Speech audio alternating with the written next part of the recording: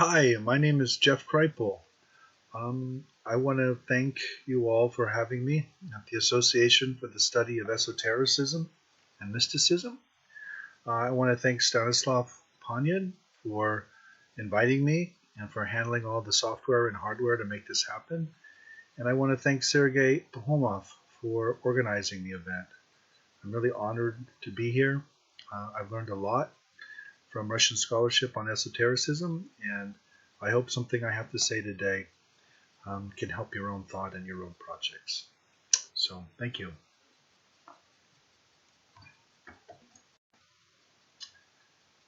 I will be speaking this afternoon about the UFO phenomenon.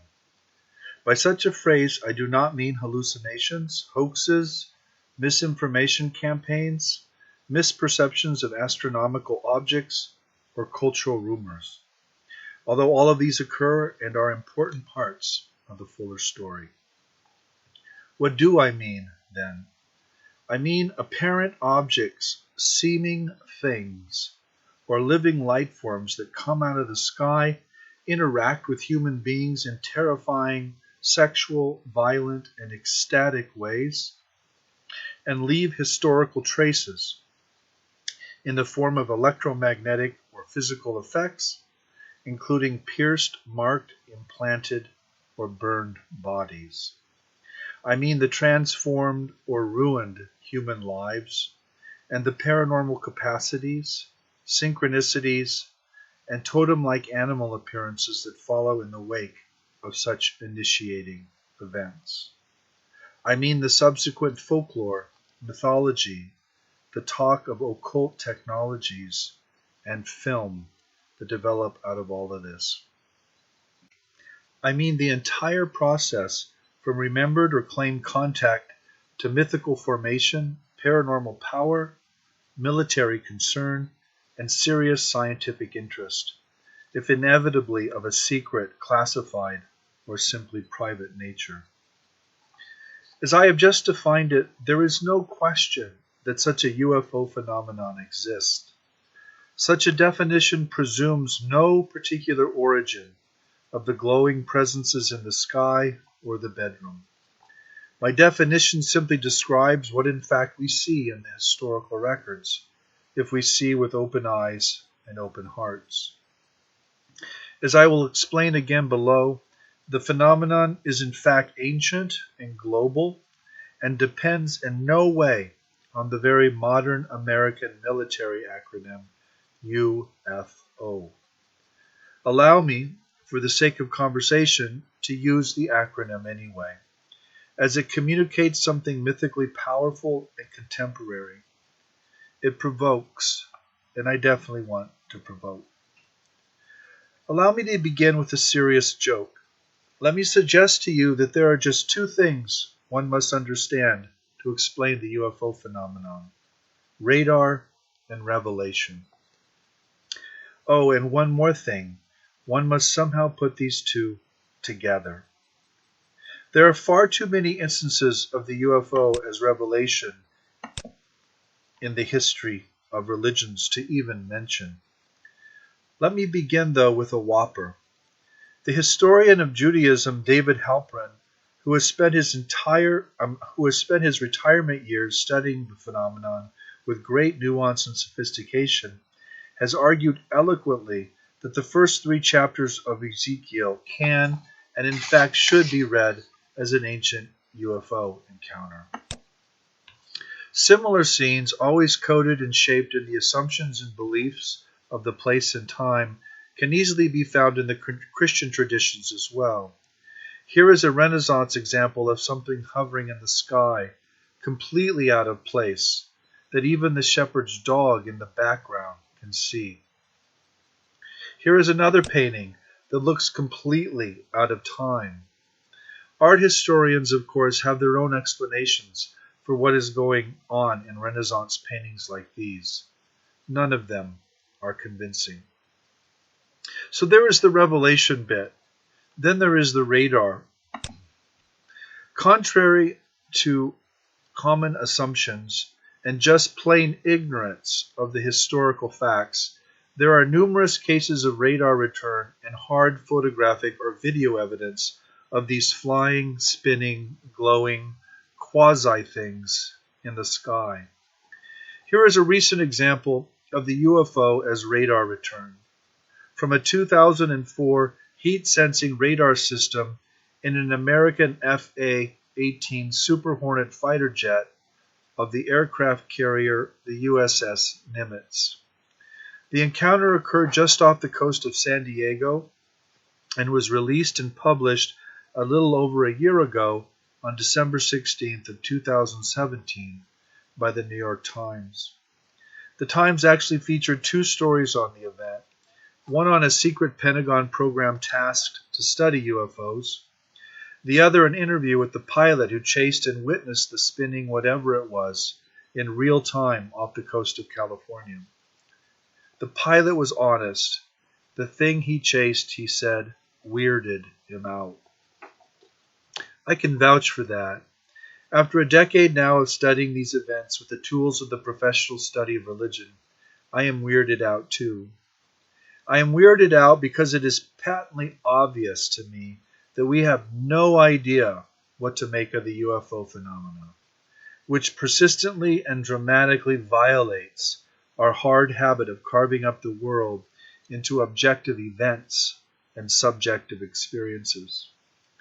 To make matters worse or better, these events go on almost every day around the world and involve individuals from every walk of life and education, including trained military professionals, meteorologists, astronomers, pilots, people exactly like us with advanced degrees, and even, as we will see, Pulitzer and Nobel laureates. These are not especially rare events, then, nor are they restricted to any culture, race, religion, or time period. To use a most provocative word in the humanities, these things in the sky look like universals. Strange objects and even stranger beings from the sky have been coming down to instruct, baffle, guide, and enrapture or rape human beings for millennia now. In other words, these things, if we can call them that, have something fundamental to do with the history of religions. That is, with the sort of experiences and events that people like us should be studying in the present so that we can better understand similar events in the past. We are not doing that, of course. Our intellectual training for the past few decades in the humanities, at least in the States, has in fact insisted on the exact opposite approach, or non-approach, that we lock every religious phenomena down into a particular historical context and theological tradition so that we cannot compare them, so that all of these extraordinary events can remain intact and absolute in their linguistic and cultural expressions. It is as if we do not really want to know anything beyond this or that religion or culture, as if we are protecting those religions and cultures, protecting ourselves from any broad cross-cultural analysis that might finally reach beyond any and all local frameworks to something truly global, even cosmic.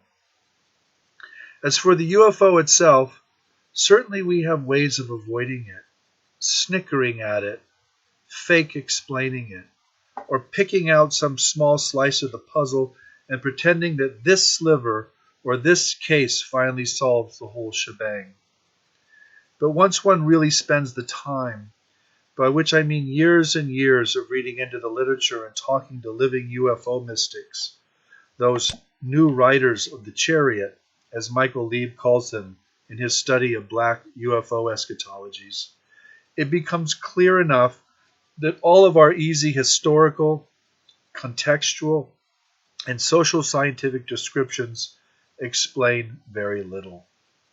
It becomes clear that our intellectual conclusions are mostly a function of our ontological exclusions. How did we get here? Or better, how did we not get anywhere? Every story has a beginning, which is seldom really a beginning. Here is one such beginning that is not a not beginning. On June 24, 1947, Boise, Idaho businessman and pilot Ken Arnold spotted 9 silver somethings whizzing over the Cascade Mountains on his way to Yakima, Washington. Quote, I noticed to the left of me a chain, which looked to me like the tail of a Chinese kite, kind of weaving and going at a terrific speed, unquote. Arnold watched them for some time fly from one peak to another, whose distance he knew. He estimated their speed at 1,200 miles an hour. He also estimated that they were about 25 miles away, and that their tail formation extended for some 5 miles. Individually, quote, they looked something like a pie plate that was cut in half with a sort of convex triangle in the rear.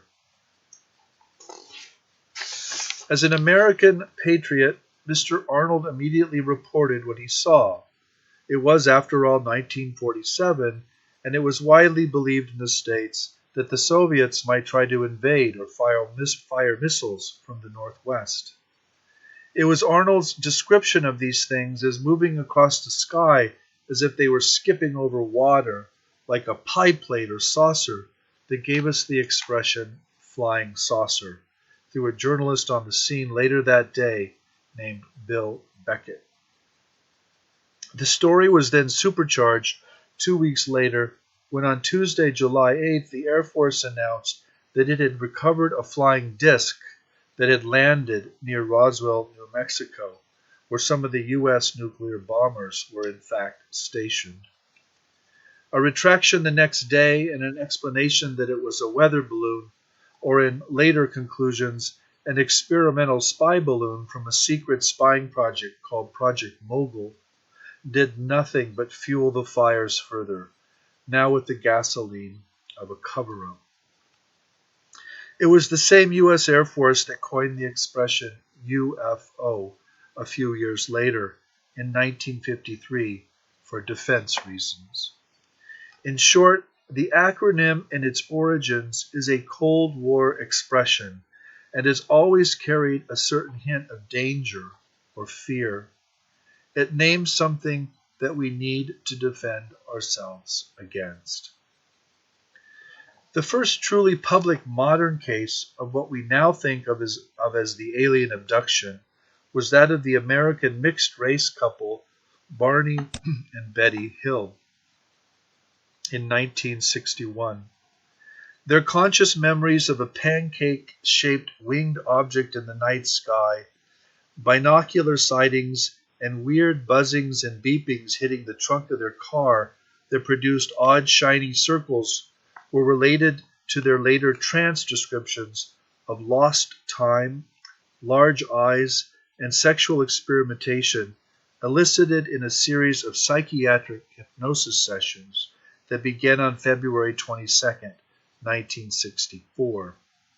The result was John G. Fuller's subsequent The Interrupted Journey, which came out in 1966. This originary American event fused civil rights, racial anxieties, and sexual hybridity themes with classic sci-fi tropes and is now iconic among both the UFO community and the state of New Hampshire on Route 3, where the incident is believed to have taken place. This is a state sign near Route 3. For what it is worth, Barney and Betty were Unitarian Universalists. Moreover, Barney suffered from both ulcers and a bizarre, vaguely sexual medical condition, a perfect circle of warts around his groin that corresponded perfectly to his abduction memory of a cup-like object placed around his genitals.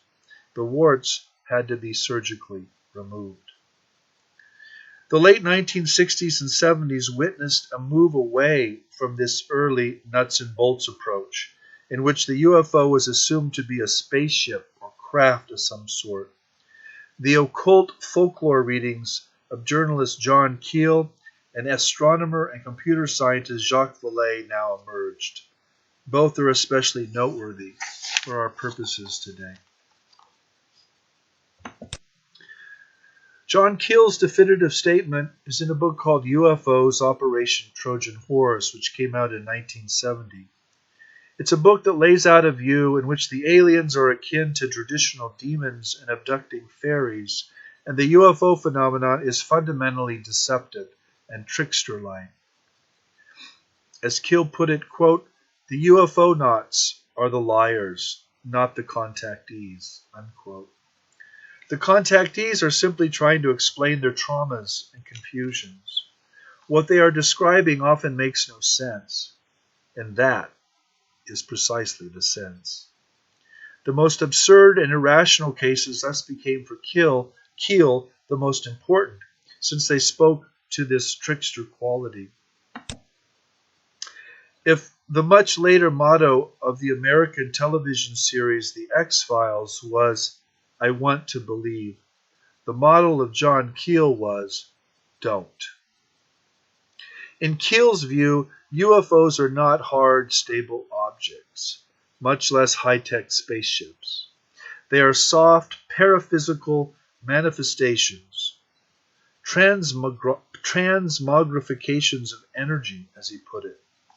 The real meaning of these events was not in the light shows in the sky, but in the contactees themselves, and ultimately for Keel, in the deeper structures of consciousness and its relationship to the cosmos.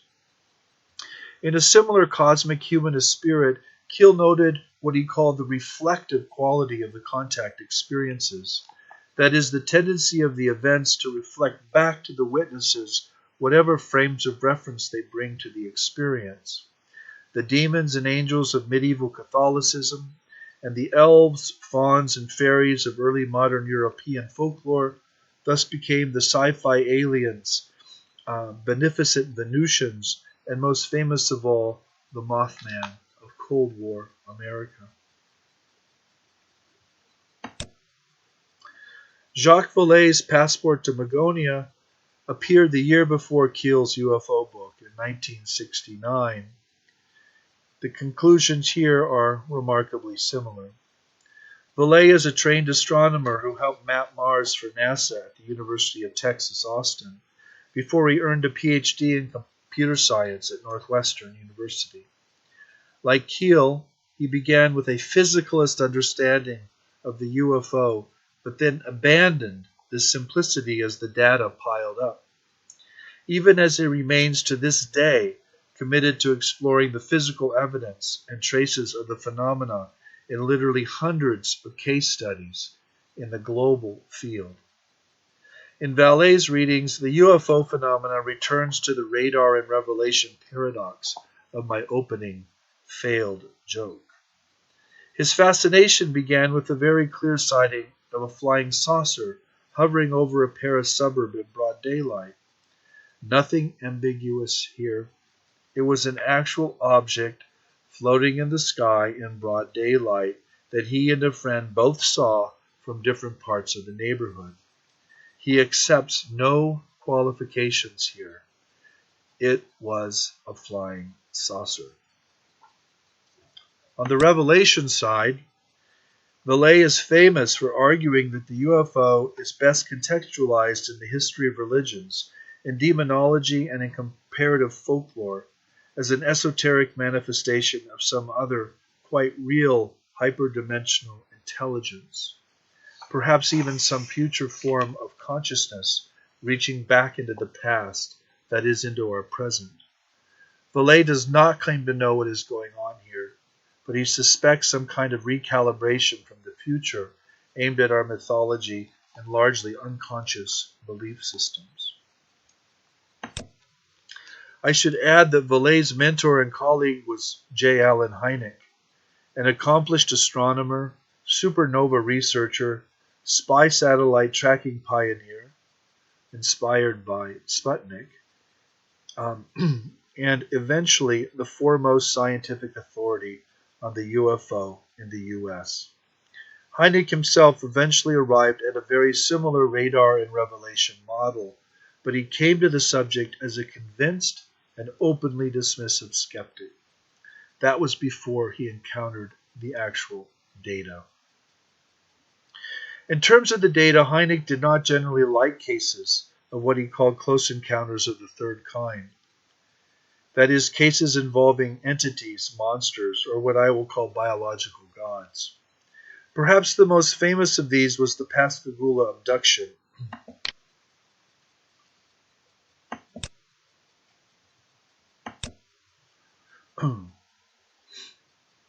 The Pascagoula abduction of 1973, which featured two fishermen taken on board a glowing ship by three floating clawed creatures with no faces. These bizarre accounts did little to legitimize the study of UFO events. More to the point, they always came to Hynek as stories, not as hard physical evidence. The astronomer was much more comfortable with close encounters of the second kind, that is, with those cases that involve physical evidence. These at least were amenable to the scientific method and did not embarrass. The astronomer wanted radar returns, burned grass, and stalled tractors, not stories of monsters that looked like they had stepped out of a bad Hollywood movie from the 1950s. Paradoxically, however, Hynek was deeply suspicious of the simple nuts and bolts from outer space hypothesis, or what is sometimes called the ETH, or the extraterrestrial hypothesis. Toward the end of his life, in a famous Omni magazine interview, Hynek followed his colleague George Wald at Harvard and openly speculated that, quote, consciousness may be separate from the vehicle that contains it, unquote. More specifically, he pondered whether UFOs might be three-dimensional holographic thought forms projected by such an alien form of consciousness. Hynek also suggested that, quote, perhaps UFOs are instruments introducing us to a new notion of life and reality. UFOs may be illusions created by consciousness that exists apart from protoplasm, unquote. In another interview,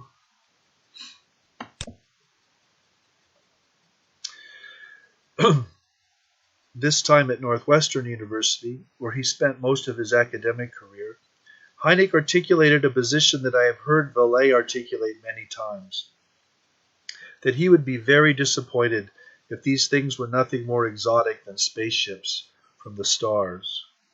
They are likely far, far stranger than this clunky, easy explanation. This is pure Alan Hynek and pure Jacques Vallee. My own approach to the phenomenon is quite close to the paranormal or third realm readings of Keel, Vallee, and Hynek, all of which, I must observe, display strong resonances with the earlier psychical approach to the flying saucer phenomena of Carl Jung in the late 1950s. Like Jung, who paradoxically emphasized the UFO as both a thing and a living myth, I want to insist on the complexity of the phenomenon and refuse to land on a simple objectivist or subjectivist reading. I would not deny or affirm, then, that some of these cases may well be of an extraterrestrial, or as Keel had it, ultra-terrestrial nature. The gods, after all, have always come from the stars, and what every historian of religions knows that the public seems to have forgotten is that the gods have elicited horror as often as holiness. As such, the reading performed here reverses the naive comparativisms of American popular culture as expressed in authors like Erich von Däniken and the popular television show Ancient Aliens.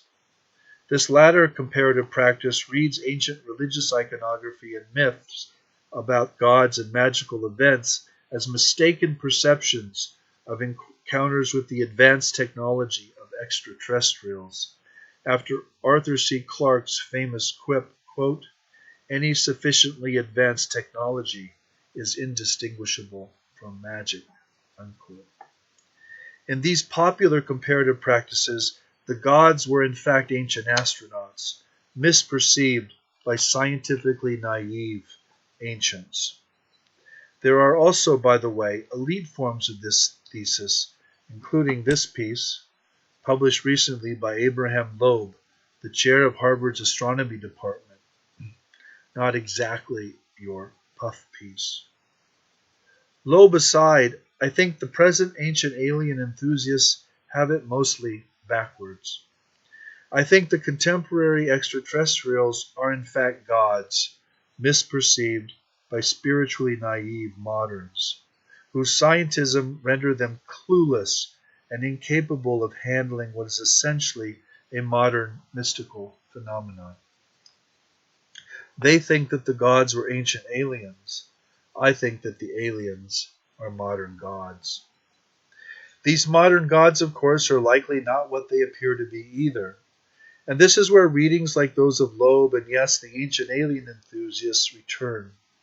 I do not discount that what we may be dealing with here are other life forms, vastly more evolved than we are. In the end, I doubt very much we are dealing with ancient astronauts or modern gods. Still, what can I say? I can say this. I can say that whatever else it may be, the UFO is a technology of eschatology. That is, the UFO is about end things, both personally and collectively conceived. The UFO is about the destiny of the soul after one's physical death, but it is also about what Jung called the end of an era.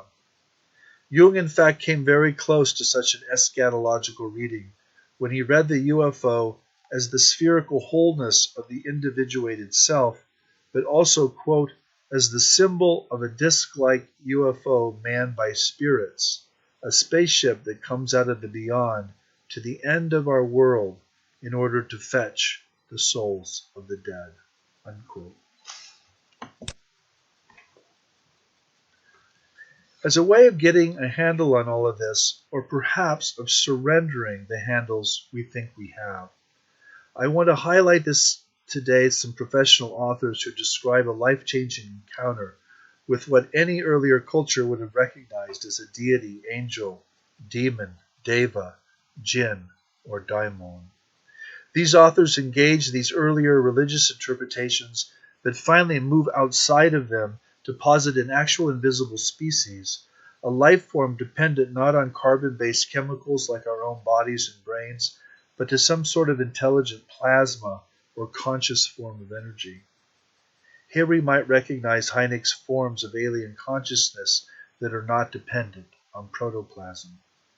Such contemporary authors go on to suggest that these energy creatures feed off of human emotion and engage human beings in order to tame, domesticate, or evolve us via sexual union or some kind of interspecies symbiosis or communion. All of this points to an emergent mythology that I call the new biological gods. I'm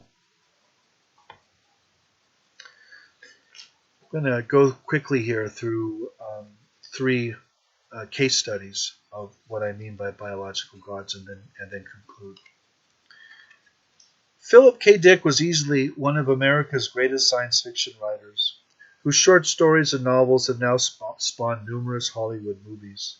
Think Blade Runner, Total Recall, The Minority Report, Next, and The Adjustment Bureau.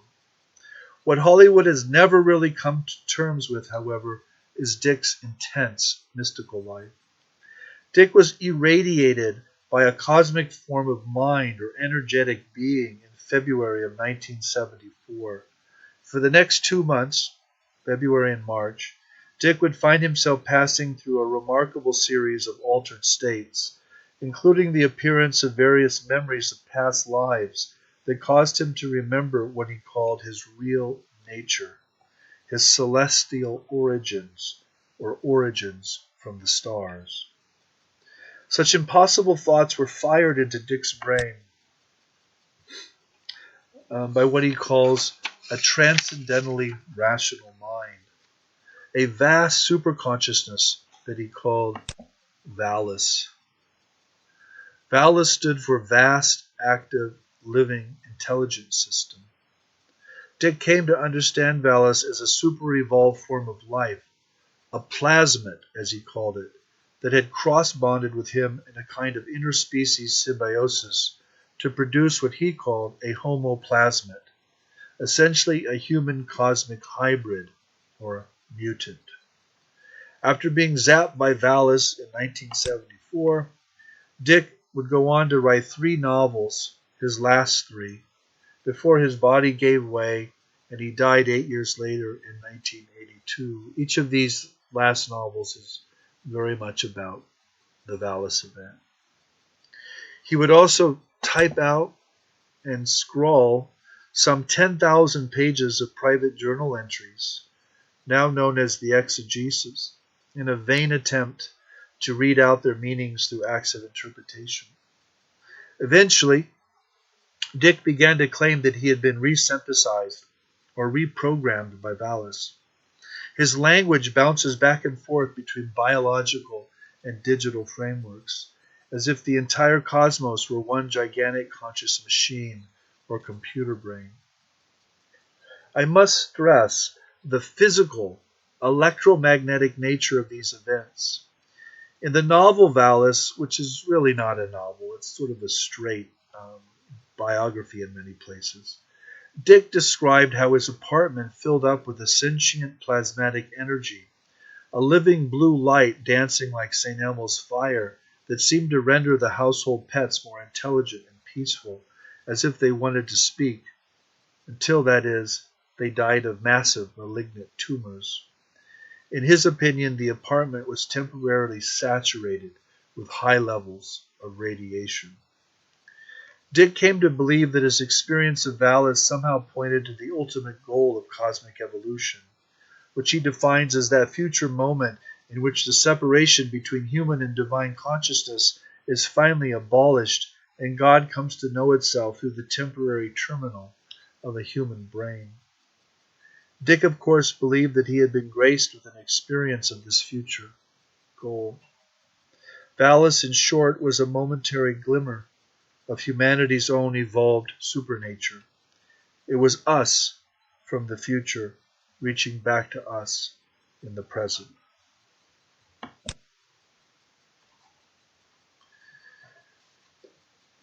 Second case. Whitley Strieber is a professional writer, mostly known for his horror and science fiction works. He is also the 20th century's most famous abductee, due largely to a single dark and beautiful book, Communion, came out in 1987. The events of this text revolve around a single evening, that of December 26, 1985, while the Strieber family was vacationing in their cabin in the Hudson Valley region of New York State. Strieber remembered little of these events when he awoke the next morning, except for the uncanny memory of a barn owl staring at him in the window during the night. But he knew that there was no barn owl. He checked the snowy window sill. He felt extremely anxious, felt pain in the anal region, and quickly developed an infection on a finger. He sought medical and psychiatric help for his various physical and emotional symptoms. 2 hypnosis sessions followed on March 1st and 5th, 1986, under the care of Dr. Donald Klein, Director of Research at the New York State Psychiatric Institute. Through these, what I want to call trance texts, a terrifying story emerges. The story involves 4 different types of beings, including some willowy figures in what he calls a good army of short and stocky troll-like blue creatures that carried Strieber off paralyzed and screaming, lifted him above the trees, presumably to a waiting craft, and submitted him to various disturbing medical procedures, including a needle inserted into his brain and an ugly instrument inserted into his anus, he assumed to collect fecal matter.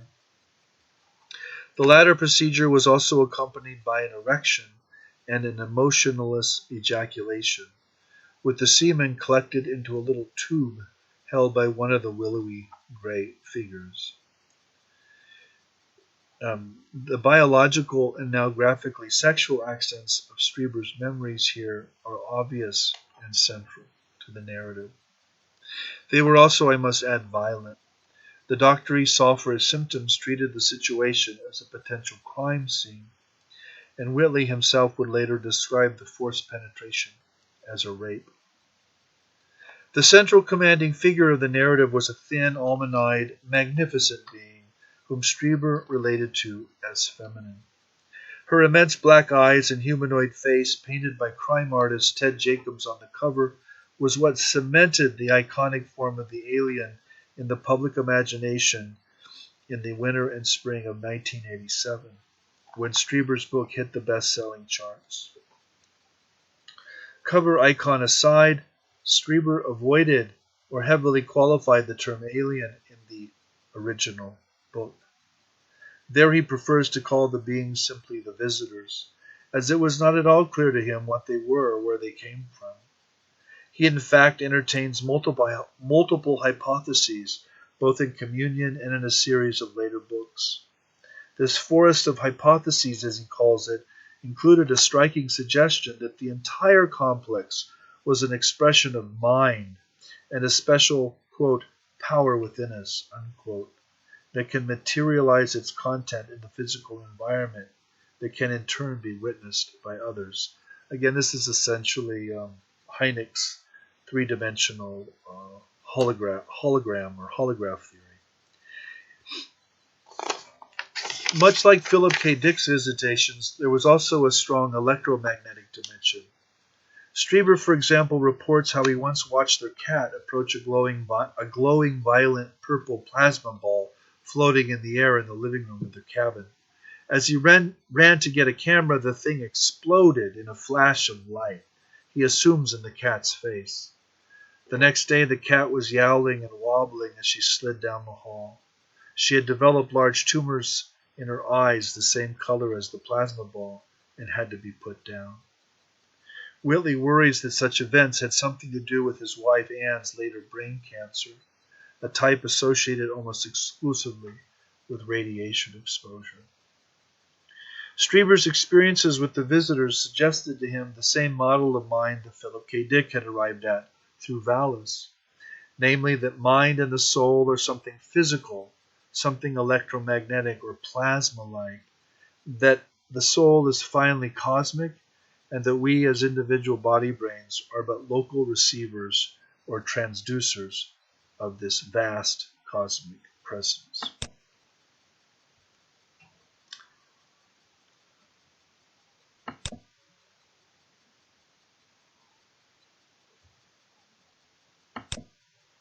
Okay, my final case study.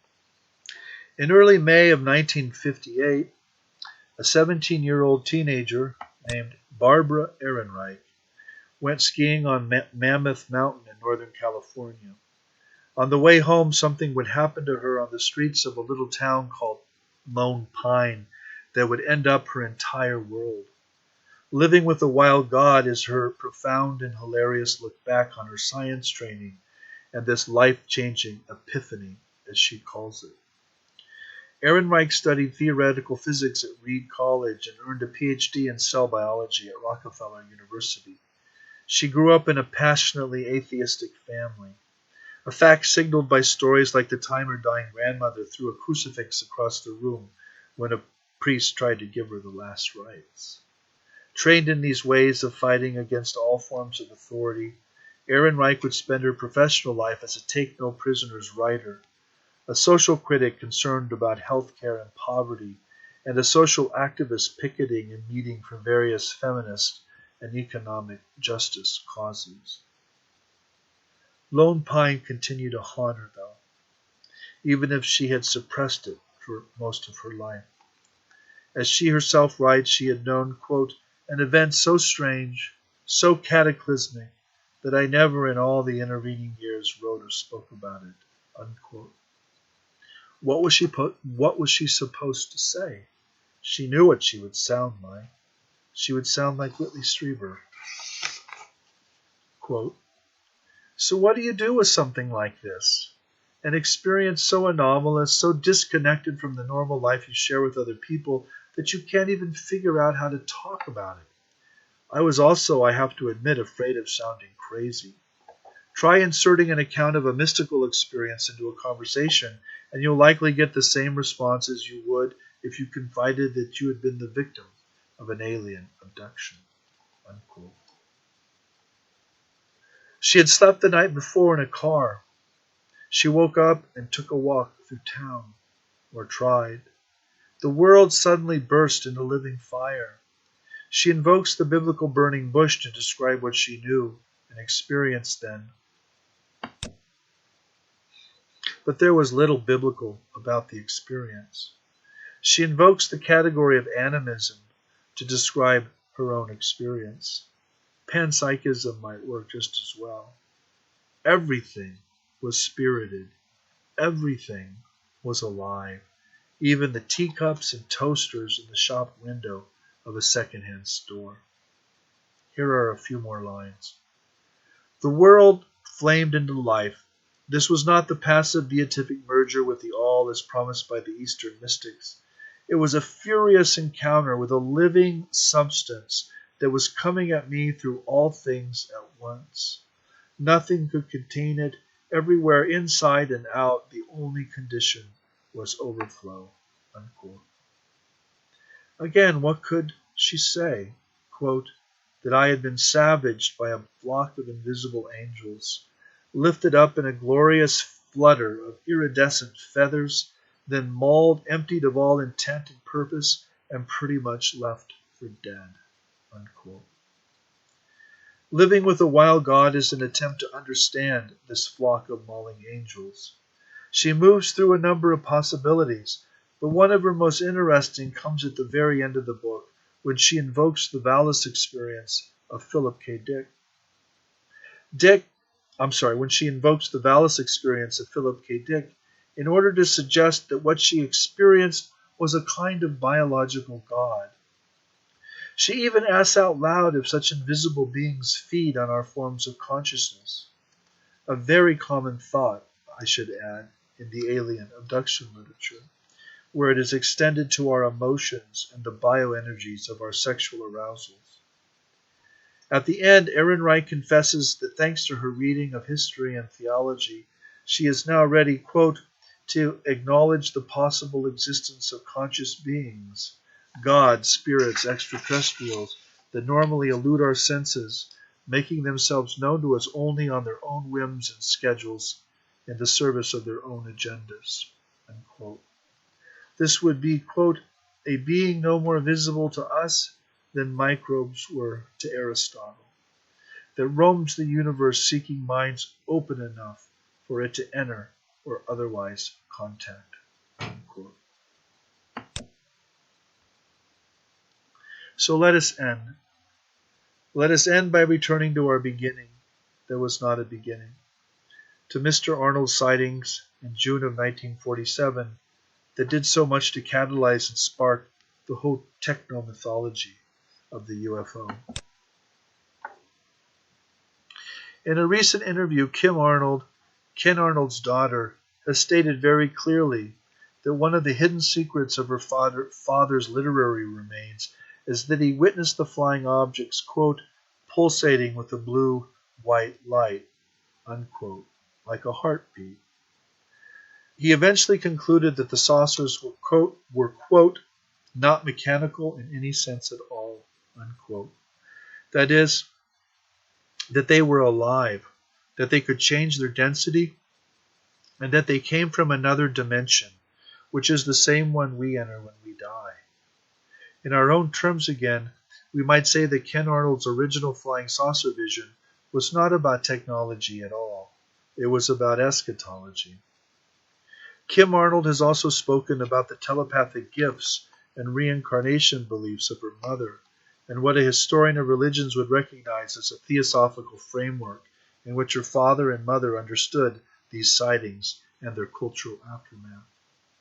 Kim has also spoken at length about how the events stressed and strained her family, mostly because of the way her father's experiences were mangled by the media, by Hollywood, and by the debunkers, but also because of the endless phone calls and some 10,000 letters that her father received. Whitley Strieber, by the way, received upwards to 200,000. letters. Kim Arnold has also noted how her father was threatened by a U.S. government agent and warned not to speak about what he saw.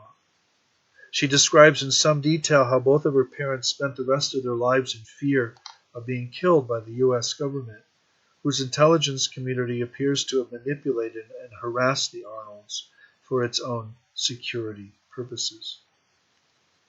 And so there we have it, a vision of living beings in the sky, emerging from some other dimension of the world, some other dimension of the dead, misreported and misperceived as flying machines, likened to a little plate for your tea or coffee, and then mixed up with the Air Force and NASA, Cold War intelligence, the politics of the security state, fighter jet radar systems, the eschatological destiny of the soul, and today in Hollywood, an entire new demonology of invading aliens. Where to start? Where to begin anew? Thank you very much.